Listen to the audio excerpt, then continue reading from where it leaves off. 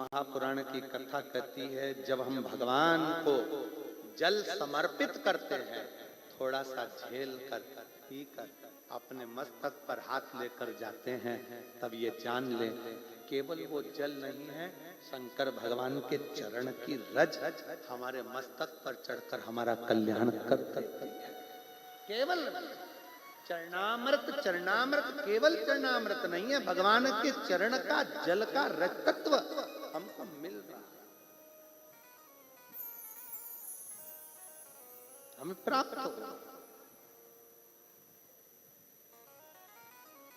देवराज नाम के ब्राह्मण के साथ हुआ क्या था? चोर था, ब्राह्मण के घर में जन्म लेने के बाद भी चोरी नहीं छोड़ी थी उसने।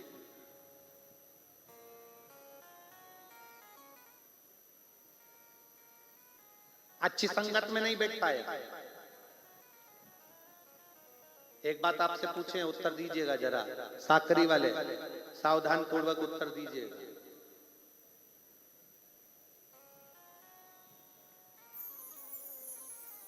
मित्र से चरित्र बनता है कि चरित्र से मित्र बनता है?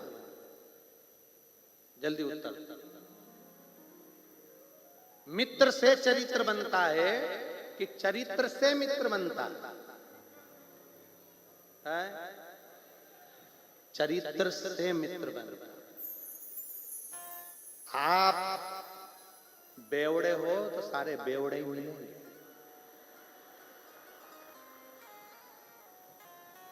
याद रखना।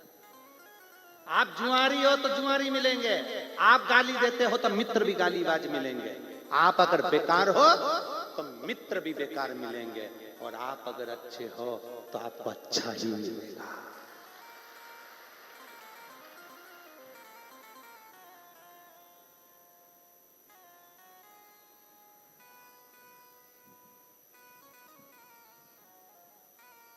आपका चरित्र कैसा है, आपको मित्र वैसा ही मिलने वाला है। आपका चरित्र जैसा होगा, मित्र वैसा ही बनेगा। आप अच्छे चरित्र के हो, जुए से, गलत संगत से, व्यभिचारों से, गलत विचारों से, मदिरा से, मान से, सबसे दूर हो, तो अगर तुम्हारे पास कोई आना भी चाहेगा ना, इसमें का व्यक्ति जो मदिरा पीता होगा, मांसाहार करता होगा, वेश्यावृत्ति करता होगा, गलत काम करता होगा, वो तुम्हारे पास अगर आ भी जाएगा और तुम्हारा चरित्र अच्छा है तो तुमसे दूर हटता चले जाएगा, तुमसे दूरी बना लेगा। और तुम्हारा चरित्र अगर ठीक नहीं है तो तुम्हारे को मित्र ढूंढने में देरी नहीं लगेगी। तुम्हारा चरित्र अगर बेकार है, गलत संगत वाला है, तो तुम्हारे इतने मित्र बन जाएंगे, रात को 1 बजे फोन लगाएंगे, ले आजा पार्टी चल रही है, आजा बैठे गप्पे मारेंगे।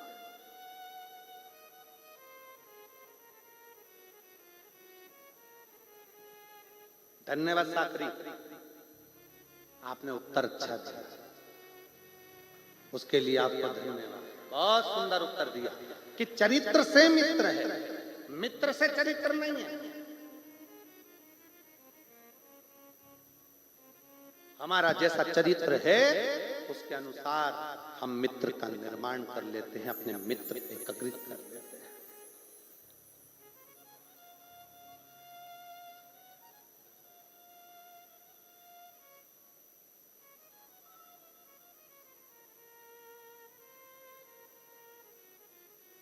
मदिरा पीने वाला दोस्त भी ऐसे ही बनाता है जो उसको कोई रोके नहीं, टोके नहीं, कोई रोके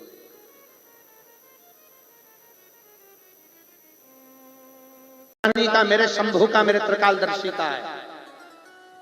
कथा कौन करवा रहा है, कौन लेकर आया, कौन कराएगा, क्या करेगा, ये मत सोचो कि कथा कोई लेकर आया है। कथा कभी किसी की सामर्थ्यता नहीं कि कोई लेकर आ जाए। लाने वाला भी शंकर है, सुनाने वाला भी शंकर है, और कराने वाला भी शंकर है।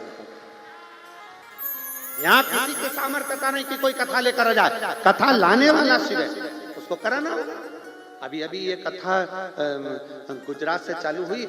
हम अभी आज ही बैठे बैठे विचार कर रहे थे कि अभी बाबा की कथा चालू हुई है, कितने प्रदेशों में चलेगी ये यात्रा जो चालू हुई।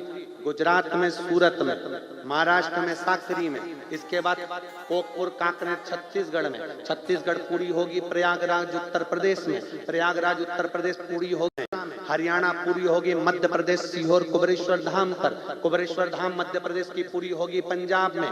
यात्रा गुजरात से चालू हुई, 7 प्रदेश, इसमें एक भी प्रदेश डबल से रिपीट नहीं हो रहा, 7 प्रदेश अलग अलग कवर करती हुई ये शंकर की यात्रा जा रही है। कोई साधारण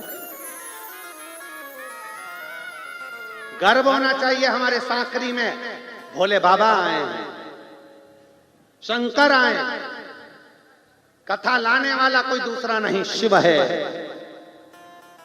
और जो लेकर आए हो उनको कहना चाहिए, भैया आप कथा लेकर आए हो, धन्यवाद। चावल भेजूं, शक्कर भेजूं, तेल भेजूं, सब्जी भेजूं, नमक भेजूं, मिर्ची भेजूं। मेरे घर में मेरे बाबा ने भंडार भरा है, बता भंडारे के लिए मैं तुझे क्या भेजूं, क्या खिलाओगे? शिव भक्तों का आदर कर, सत्कार कर, मुख झूठा कर। भगवान ने पानी दिया है तो पानी पिलाओ, चाय जितना बनाया है तो चाय पिलाओ, टॉफी जितना रखा है तो टॉफी खिलाओ, बिस्कुट जितना रखा है तो बिस्कुट खिलाओ। पर आए हुए शिव भक्तों का मुंह झूठा जरूर कराओ, जिससे तुम्हारे घर में इतना भंडार भरे बाबा कि वो खाली ना हो पाए। इतना शिव तत्व है अपने भीतर, शिव तत्व।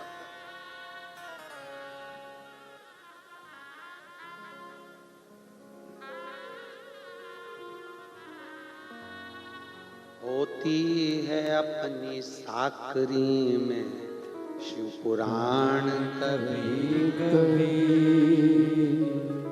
और मिलती कभी मुड़कर नहीं देखते।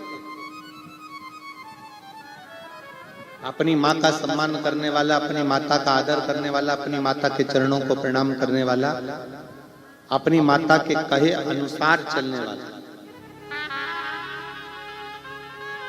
और महाराष्ट्र के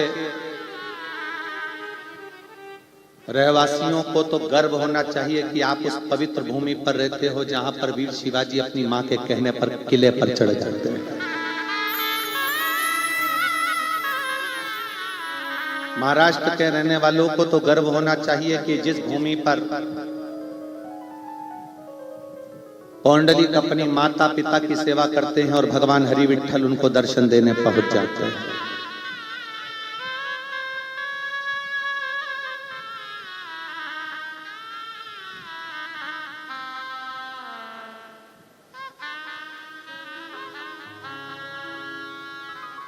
महाराष्ट्र की पवित्र भूमि माता का आदर करना सिखाती है।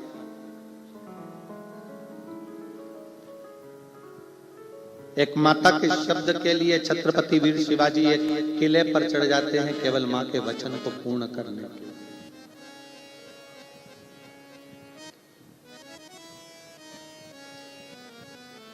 ये 5 लक्ष्मियां हैं हमारे घर की। पहले नंबर पर है घर की मां, जिसका आदर। दूसरे नंबर पर है घर की बहन, उसका आदर। कई लोगों को लगता है बहन आई है तो कुछ देना पड़ेगा। शिव महापुराण की कथा कहती है गाय, ब्राह्मण, बेटी, बहन, ये किसी के दरवाजे पर अगर आ जाती है तो जितना तो लेती नहीं है उससे 4 गुना देकर जाती है।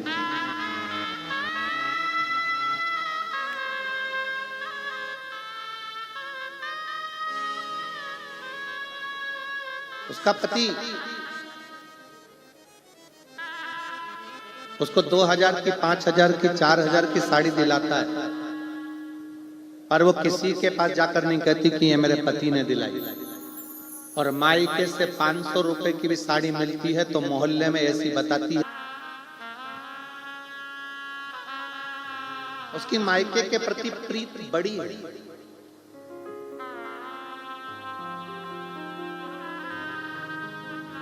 पांच लक्ष्मियां हैं ये हमारे संसार में, 5 लक्ष्मियां हैं ये हमारे घर में। पहले नंबर पर मां, दूसरे नंबर पर बहन, पांच लक्ष्मियां हैं ये हमारे संसार में, पांच लक्ष्मियां हैं ये हमारे घर में। पहले नंबर पर माँ, दूसरे नंबर पर बहन, तीसरे नंबर पर बेटी, चौथे नंबर पर बहू और पांचवें नंबर पर पत्नी। ये वो लक्ष्मियां हैं जिनका आदर अगर करा जाए तो व्यक्ति को पलट कर नहीं देखना पड़ता, क्योंकि ये लक्ष्मियां अपने लिए कम जीती हैं और अपने परिवार के लिए ज्यादा जीती हैं। तीसरे नंबर पर है बेटी।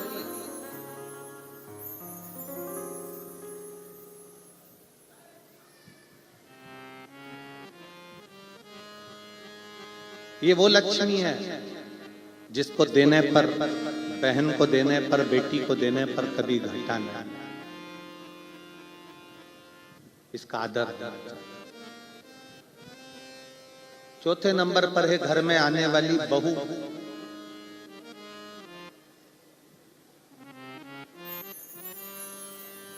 अपना पूरा परिवार छोड़कर, पूरा घर छोड़कर जो तुम्हारे लिए आई है उसका आदर करना चाहिए। और पांचवें नंबर पर है आपकी पत्नी। जरा सा कुछ हुआ चिल्लाकर बोल दिए, जरा सा कुछ हुआ चिल्लाकर दौड़ पड़े। इतना तो अंदाजा लगाओ कि जो तुम्हारे साथ विवाह कर कर आई है वो भी किसी की बहन बेटी है, और अपने घर की अगर बहन बेटी को कोई चिल्लाए, जिस तरह से तुम व्यवहार करते हो उस तरह से उसके साथ हो तो तुम्हें कैसा लगेगा? आदर। ये पांच लक्ष्मियां ऐसी हैं जिन लक्ष्मियों का आदर, इन पांच लक्ष्मियों का सत्कार, इन पांच लक्ष्मियों का सम्मान, इन पांच लक्ष्मियों का आदर जिसने कर लिया उसकी जिंदगी सार्थक है। माँ, बहन, बेटी, बहू, पत्नी, ये वो लक्ष्मियां हैं जो अपने लिए नहीं जीती हैं, अपने परिवार के लिए जीती हैं।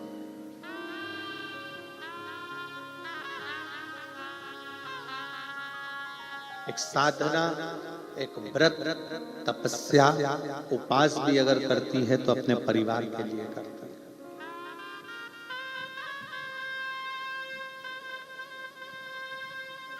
और निष्कपट भाव से,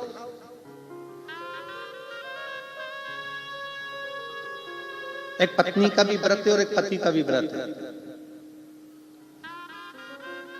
सबसे ज्यादा चिंता पत्नी को खुद के व्रत की नहीं रहती, अपने पति के व्रत की रहती। उनका एकादशी है, बहू से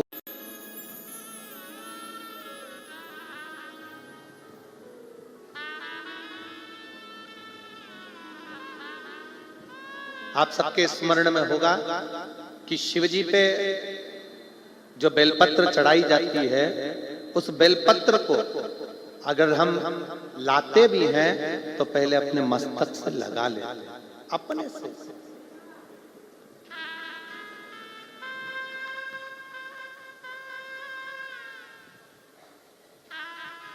शिवजी का कोई पुष्प मिल जाता है, उस पुष्प को अपने सिर से लगा ले। शिव जी का प्रसाद हाथ में आ जाता है, प्रसाद को अपन मस्तक से लगा लेते। क्यों लगाते? किस लिए लगाते? कोई अतिथि, कोई अपने घर में बुजुर्ग आ गया, बड़ा आ गया, कोई संत आ गया, साधु आ गया, गुरुजन आ गया, तपस्वी जन आ गए, साधु जन आ गए, अपन उनसे कहते हैं साहब आपका हाथ हमारे सिर पर रख दीजिए, आपका आशीर्वाद दे दीजिए। मस्तक पर आपका हस्त रखाएगा तो हमारा जीवन सफल हो जाएगा, मेरी रेखाएं पलट जाएगी, मेरा भाग्य सवर जाएगा।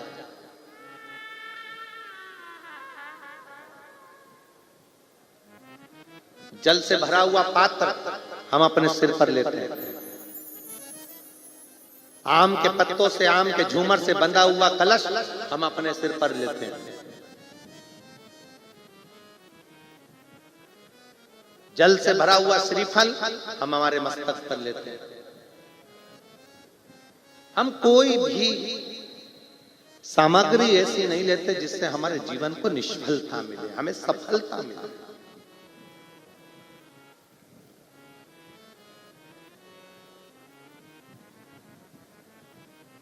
अपने भाग्य को पलटने के लिए हम भगवान शंकर के भगवान शंकर के चौखट पर चरणों में प्रणाम करते हैं, उसकी रज भी अपने मस्तक पर चढ़ाते हैं, जिससे हमारा भाग्य प्रबल हो।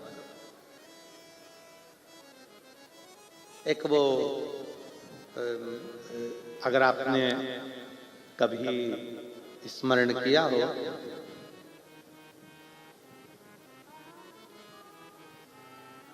वास्तु का अगर स्मरण किया हो तो उसमें और भविष्य पुराण के अंतर्गत एक बड़ा सुंदर भाव आता है कि टूटी वस्तु, टूटी सामग्री,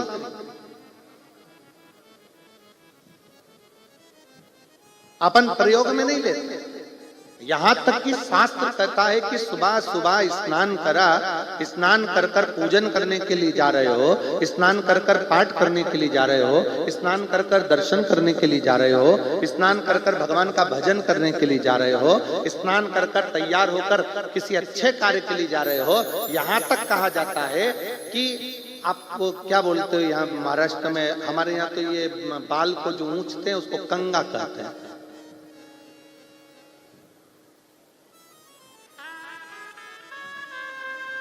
शिव तत्व तो यहां तक कहता है कि टूटा कंगा जीवन को कर देता है ना। यहां तक है कि अपने जीवन में तन, मन और धन, सुबह सुबह से उठे, कंगे के दांते टूटे हुए हैं, कंगा टूटा हुआ है, सबसे पहले नहाते से उसको अपने सिर पर रख लिया, मतलब अपने भाग्य को अपने मस्तक पर तुम टूटी सामग्री का यूज कर लिए। वो टूटा हुआ कंगा भी हमको तन से जितना जितना टूटे कंगे का प्रयोग करते हो उससे हमारा तन भी बीमारियों को ग्रसित करता जाता है, बीमारियां आती चली जाती है। दूसरा, कंगा करने के बाद, टूटे कंगे का प्रयोग करने के बाद घर में मन लगता ही नहीं है, अशांति अंदर भीतर प्रवेश करती है। और तीसरा, जिस कार्य के लिए जा रहे हो, धन कमाने के लिए जा रहे हो, वो धन हमारे घर में आता ही नहीं, क्योंकि सुबह से उठकर तुमने वो टूटे हुए कंगे से अपने भाग्य की रेखा को निचोड़ लिया है। उसके 3 दांते टूट गए, 4 दांते टूट गए, टूट गया, बेकार हो गया, तो भी प्रयोग में कर रहे हैं। मस्तक पर वो टूटी सामग्री का प्रयोग अपने शीश पर किया जाए।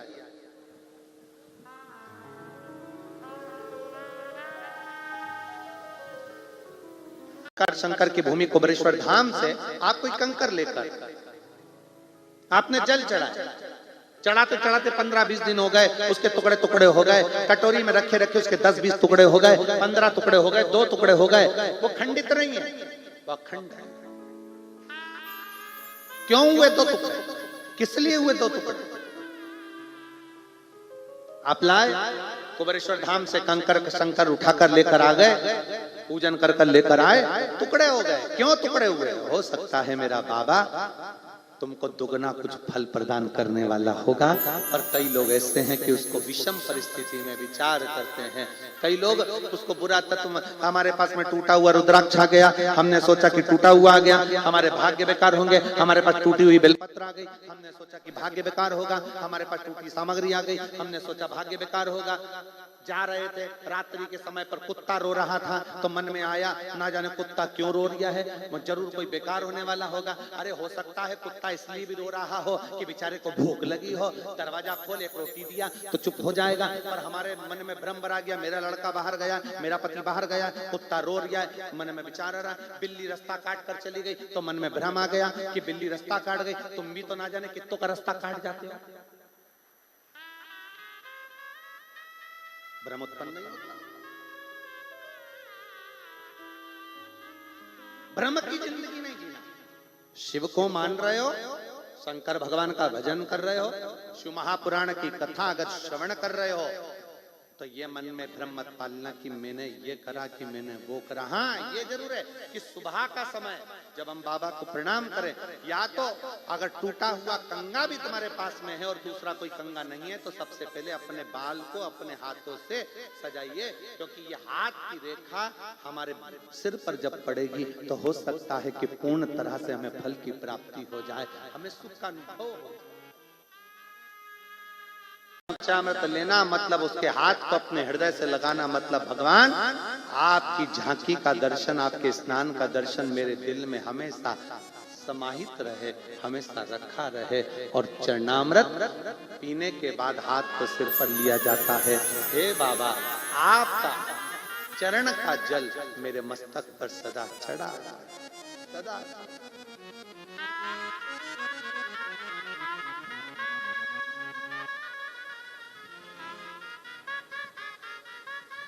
इसीलिए कहा,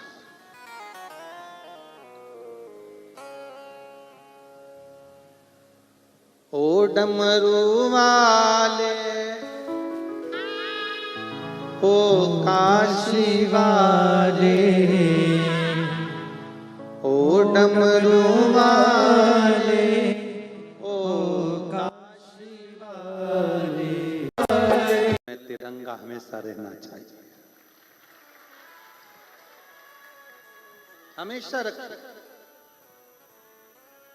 परिवार में रहो, कुटुंब में रहो, नातों में रहो, रिश्तों में रहो, अपने घर में रहो, घर के बाहर रहो, पर अपना भैजा, अपना मस्तक, अपना भैजा